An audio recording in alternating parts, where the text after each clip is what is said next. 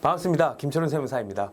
자, 이번 영상에서는요, 이중 거주자에 대한 내용을 살펴보도록 하겠습니다. 자, 한국과 미국과 뭐 이런 여러 전 세계 나라에서요, 그 나라에서 거주자는 이런 사람이다라고 규정을 하고 있는 법문이 있어요.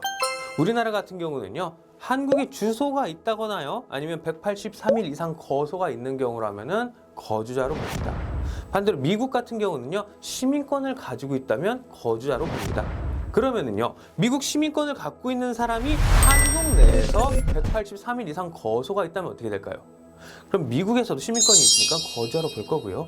한국에서도 183일 이상 거소가 있기 때문에 거주자로 볼 거예요. 양쪽 나라에 우리가 거주자 요건에 해당이 된다면 이중 거주자라고 우리가 이야기를 합니다. 이렇게 이중 거주자도 발생을 할 수 있고요. 같은 논리로 삼중 거주자도 있습니다.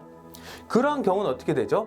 자, 세금을 내야 될 때 만약에 거주자면 이 나라에 세금을 내야 된다 이런 규정이 있다고 하면 두 나라 또는 세 나라에 대해서 세금을 내야 될 수도 있어요.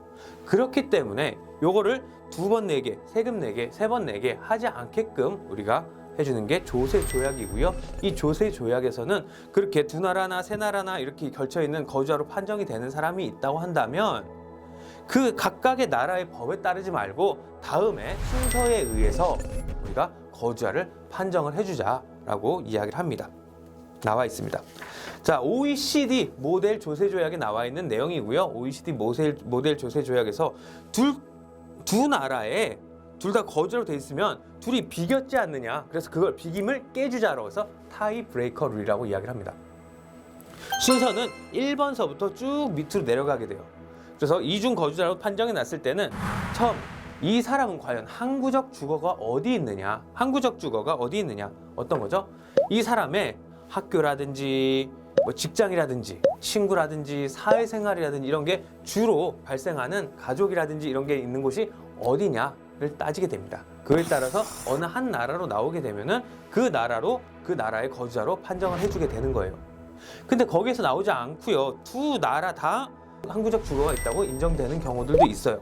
요거는요, 뭐 살고 있는 집의 형태가 어느 쪽은 뭐 리스로 살고 있고요, 어느 쪽은 월세로 살고 있고요, 어느 쪽은 자가를 갖고 있고요, 이런 거는 전혀 따지지 않고요. 일단은 뭐 학교, 친구, 사회생활 뭐 이런 거 위주로, 가족 위주로 따지게 됩니다.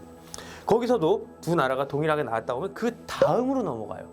중대한 이해관계의 중심지라고 해서 가족 위에서 나왔던 가족도 또 다시 나오고요. 사회 관계라든지 아니면 직업, 정치, 경제 활동 이러한 것들을 따지게 됩니다.